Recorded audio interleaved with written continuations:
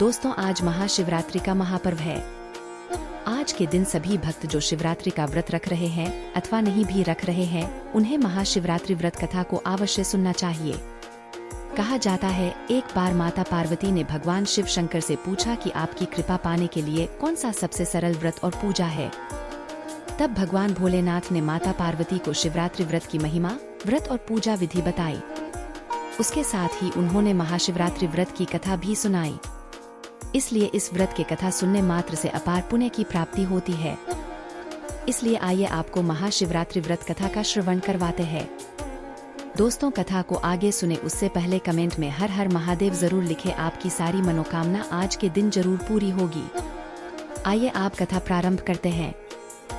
प्राचीन काल में एक शिकारी जानवरों का शिकार करके अपने कुटुंब का पालन पोषण करता था। एक रोज वह जंगल में शिकार के लिए निकला, लेकिन दिन भर भागदौड़ करने पर भी उसे कोई शिकार प्राप्त न हुआ। वह भूख प्यास से व्याकुल होने लगा। शिकार की बाट निहारता निहारता वह एक तालाब के किनारे बेल वृक्ष पर अपना पड़ाव बनाने लगा। बेल वृक्ष के नीचे शिवलिंग था जो बिल्व पत्रों से ढका हुआ था। शिकारी को इस बात का ज्ञात न था।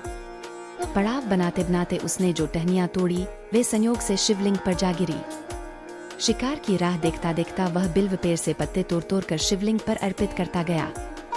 दिन भर भूखे प्यासे शिकारी का व्रत भी हो गया और शिवलिंग पर बेलपत्र भी चढ़ गए। इस तरह वह अनजाने में किए गए पुण्य का भागी बन गया। रात्रि का एक पहर व्यतीत होने पर एक गर्भिणी मृगी तालाब पर पानी पीने आई। शिकारी ने धनुष पर तीर चढ़ाकर ज्यों ही प्रत्यंचा खींची, मृगी बोली, शिकारी मुझे मत मारो, मैं गर्भिणी हूँ, शीघ्र ही प्रसव करूंगी। तुम एक साथ दो जीवों की हत्या करोगे, जो ठीक नहीं है। मैं अपने बच्चे को जन्म देकर शीघ्र ही तुम्हारे पास वापस आ जाऊंगी, तब तुम मुझे मार लेना। शिकारी को हिरनी सच्ची लगी। उसने तुरंत प्रत्यंचा ढीली कर दी और मृगी झाड़ियों में लुप्त हो गई। कुछ समय उपरांत एक और मृगी उधर से निकली। शिकारी बहुत खुश हुआ कि अब तो शिकार मिल गया।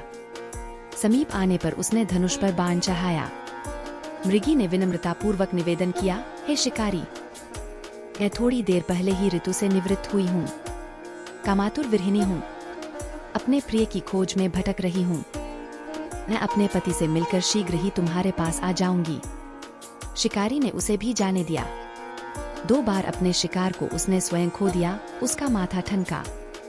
वह चिंता में पड़ गया। रात्रि का आखिरी पहर बीत रहा था। तभी एक अन्य मृगी अपने बच्चों के साथ उधर से निकली। शिकारी के लिए यह स्वर्णिम अवसर था। उसने धनुष पर तीर चढ़ाने में देर न लगाई। वह तीर छोड़ने ही वाला था कि मृगी बोली, हे शिकारी, मैं इन बच्चों को पिता के हवाले करके लौट आऊंगी, इस समय मुझे मत मार। शिकारी हंसा और बोला, सामने आए शिकार को छोड़ दूं, मैं ऐसा मूर्ख नहीं। इससे पहले मैं 2 बार अपना शिकार खो चुका हूँ। मेरे बच्चे भूख प्यास से तड़प रहे होंगे।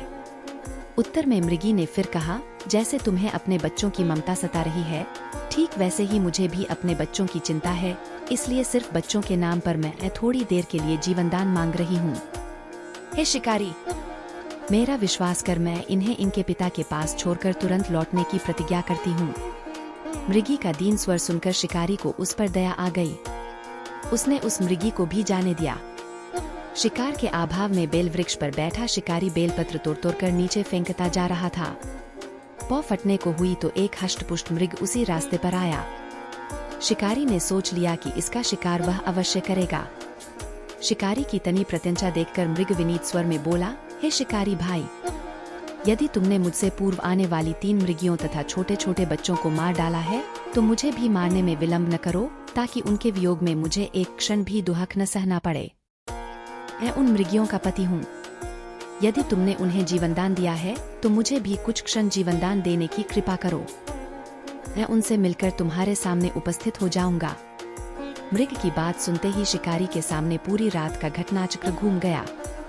उसने सारी कथा मृग को सुना दी।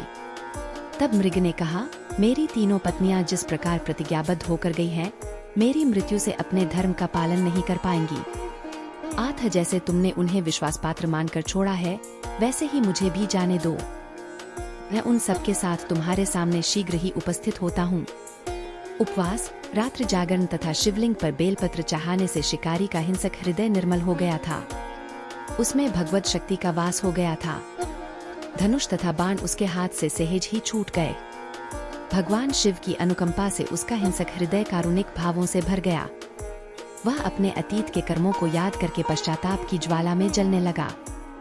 थोड़ी ही देर बाद मृग सपरिवार शिकारी के समक्ष उपस्थित हो गया ताकि वह उनका शिकार कर सके, किंतु जंगली पशुओं की ऐसी सत्यता, सात्विकता एवं सामूहिक प्रेम भावना देखकर शिकारी को बड़ी ग्लानि हुई।